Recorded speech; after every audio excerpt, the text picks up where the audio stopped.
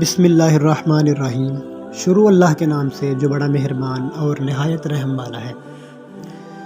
جب رسول خدا صلی اللہ علیہ وآلہ وسلم کو اہل عرب کی طرف سے اطمینان حاصل ہوا کہ اب یہ لوگ اسلام کی پیروی کی طرف آ چکے ہیں، تو آپ نے سب سے پہلے اسلام کی دعوت کو اطراف و اکناف میں پہنچانے کے لیے ایک اہم کام کیا۔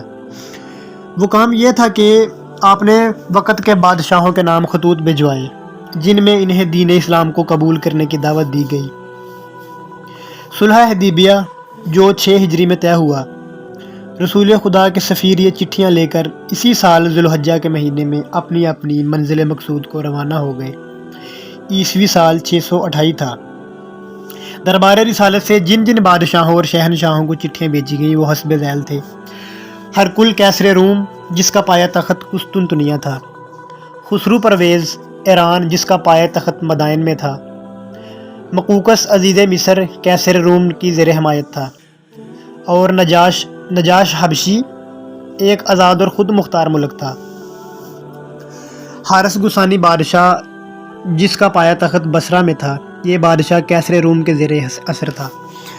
مسلمانوں کی روایات اور تواریخ میں صرف متذکرہ صدر تاجداروں کا ذکر آیا ہے اور ان کو دربار رسالت سے چٹھیاں بھیجی گئیں، لیکن چین کے تاریخی ریکارڈ کی چھان بین سے معلوم ہوا ہے کہ آپ صلی اللہ علیہ وآلہ وسلم کے سفیر عرب تاجروں کے ساتھ چین اور تاتار کے تائی تسونگ کے دربار میں بھی دعوت اسلام کا پیغام لے کر پہنچا تھا۔ یہ سفیر اسلام کی دعوت لے کر 630 عیسوی میں یعنی چٹھیوں کے اجراء کے 2 سال بعد واپس پہنچا۔ یہ بات کنفرم نہیں ہے کہ دربار رسالت کے ایلچی ہندوستان کے بادشاہوں کے پاس بھی اسلام کی دعوت کا پیغام لے کر پہنچے تھے یا نہیں۔ اس کا ذکر نہ مسلمانوں کے ریکارڈ میں ہے، نہ ہندوستان کی روایت سے اس کا ثبوت مل سکا۔ البتہ چین کا ہے۔ ہندوستان میں چٹھیوں کے اجراء کے وقت ایک مہاراجہ ہریش چندر نامی حکمران تھا جس کی سلطنت سارے شمالی ہند میں پھیلی ہوئی تھی۔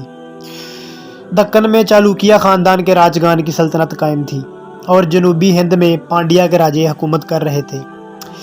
جس وقت دربار رسالت کے ایلچی مختلف ملکوں کے تاجداروں کے نام اسلام کی دعوت کا پیغام لے کر روانہ ہوئے، اقوام عالم کے مذہبی عقیدے کی کیفیت یہ تھی کہ حبشہ کے حکمران بھی عیسائی تھے، اس لیے وہاں بھی عیسائیوں کو فروغ حاصل ہو چکا تھا۔ اٹلی، فرانس، ہسپانیہ اور مراکش کے ملک پاپائے روما کے زیر اثر تھے اور ان ملکوں میں بھی عیسائیت کا ہی رجحان تھا۔ عیسائی مبلغوں کی سرگرمیوں نے ایران، ترکستان اور تاتار میں بھی اس مذہب کے پیرووں کی اچھی خاصی جماعتیں پیدا کر لی تھی، اور ایران کی حکومت جو تھی نا وہ زرتشی یعنی کہ آتش پرست تھے۔ عیسائیت کے عقیدے تثلیث پر مبنی، یعنی وہ خدا کے ساتھ حضرت عیسیٰ کو خدا کا بیٹا قرار دے کر، جسے اس دور میں کیتھولک فرقے کے نام سے جانا جاتا ہے۔ عیسائیت کے بعد فرقے میں حضرت مسیح کو خدا کا اوتار بھی سمجھتے تھے، عقیدہ رکھتے تھے کہ مسیح کی روح خاص موقع پر پاپائے اعظم کے جسم میں حلول کر آتی ہے۔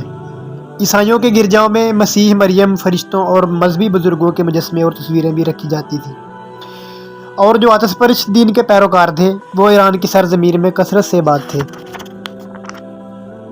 ہندوستان میں بدھ مت کا خاتمہ ہو چکا تھا اور عام آبادیاں بت پرست، مظاہر پرست اور دیوتاؤں کو ماننے والی تھیں۔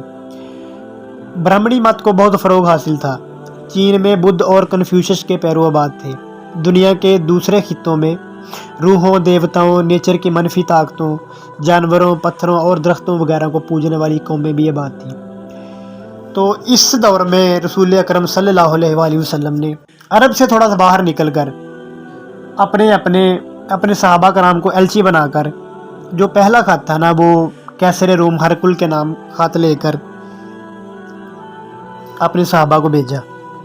اس خط کا مضمون یہ تھا کہ شروع اللہ کے نام سے جو بڑا مہربان ہے، نہایت رحم والا ہے، اللہ عز و جل کے بندے اور اس کے رسول محمد کی طرف سے روم کے ہرقل عظیم کی طرف اس پر سلام ہو جس نے ہدایت کی پیروی کی۔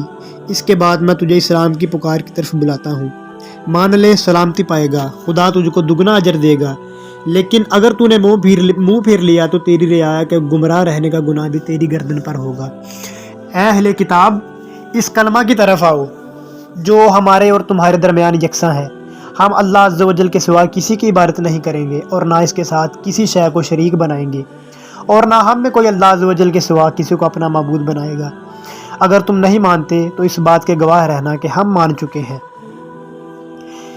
کیسر ہرکل کو دربار رسالت کا خط پہنچا تو اس نے پہلے مکہ کے قریش تاجروں کو، جو اس کی سلطنت کے شہروں میں تجارت کی غرض سے گئے ہوئے تھے، بلا لیا۔ ان تاجروں میں اسلام اور رسول خدا کا بدترین دشمن ابو سفیان بھی موجود تھا۔ ہرکل نے ان لوگوں سے پیغمبر اسلام کے خاندانی اور ذاتی حالات دریافت کیے اور بعد ازاں حکم دیا کہ نامہ رسالت دربار میں پڑھا جائے۔ خط کا مضمون سن کر ہرکل نے صرف اتنا کہہ دیا کہ مجھے یہ خیال ضرور تھا کہ ایک جلیل القدر پیغمبر مبعوث ہونے والا ہے، لیکن یہ خیال نہیں تھا کہ وہ سرزمین عرب میں ظاہر ہوگا۔ اگر خدا کا سچا رسول ہے تو میرے پائے تخت پر اس کا قبضہ ہو جائے گا۔ یہ کہہ کر اس نے عرب تاجروں کو دربار سے رخصت کر دیا۔ اس کے بعد کیسر ہرکل نے خط کا جواب دینے کی ضرورت محسوس نہ کی۔ اس موقع پر یہ لکھ دینا بھی ضروری ہے اور یہ بتا دینا بھی ضروری ہے کہ پیغمبر اسلام مجوسیوں، آتش پرستوں اور مشرکوں کے مقابلے میں عیسائیوں کو اچھا سمجھتے تھے اور انہیں خدا پرستی کے لحاظ سے دوسروں سے ممتاز اور مسلمانوں سے نزدیک خیال کرتے تھے۔ وَمَا عَلَيْنَا إِلَّا الْبَلَاغُ